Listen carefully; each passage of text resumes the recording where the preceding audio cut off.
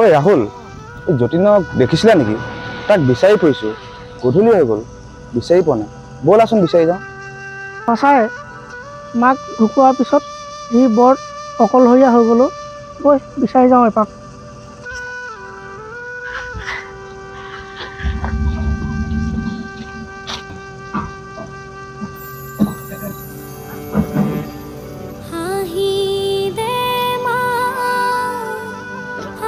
আহিলে সেইটো হা দিনত দিনটো ঘূৰি গধূলি হলে ঘৰ সোমাইছে। দিনত খৰিকেইটা ফালিব কলো সেইটোও নাফালিলে। হে আহ যিটো মায়েনো কি হেলা কৰি আছ হয়? আহিছোন গৈ এতিয়া ঘৰলৈ নাহিনো কলৈ যাম?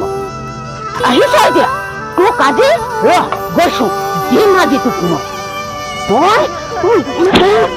পাইছ হা কেনেকুৱা পাইছ কথা কলে নুশুনা।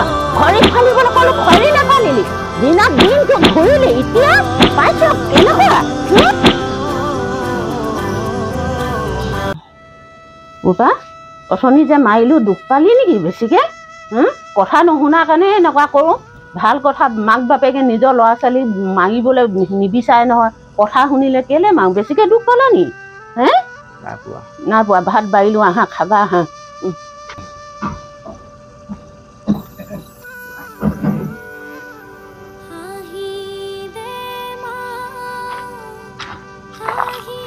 ঐ সৌ তাতে বহি আছে অকলে অকলে। বহি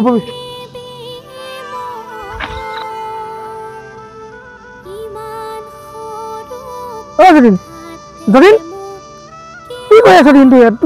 গোটেই দিনৰ দিনটো বিচাৰি ফুৰিছো। সঁচাই মাৰ শব্দটো বহুত বেলেগ। তোৰ আজি কি হ'ল? মালৈ মনত পৰিল নেকি? আজি মোৰ কাষত নাই।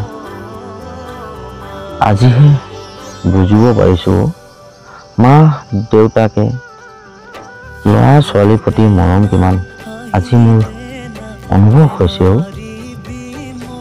সঁচাই যেতিয়া কাষত থাকে তেতিয়া অনুভৱ নহয়। আজি মোৰ অন্তৰে কিমান কান্দিছে মইহে বুজি পাইছো। জীয়াই থাকোঁতে তেখেতসকলক মৰম অকণ দিবলৈ সুবিধা নাপালো। বিধাতাৰ লিখন যাৰ হাতত যিমান সময়লৈকে থাকে সিমান সময়লৈকেহে থাকে। এতিয়া দুখ কৰি থাকিব নালাগে, আমি যাওঁ।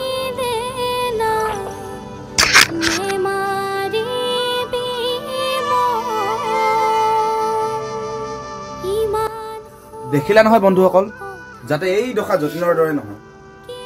আপোনালোকে নিজৰ মা দেউতাক সন্মান কৰিব দেই। আৰু এটা কথা, অকণমান মৰম দিবলৈ নাপাহৰিবা দেই।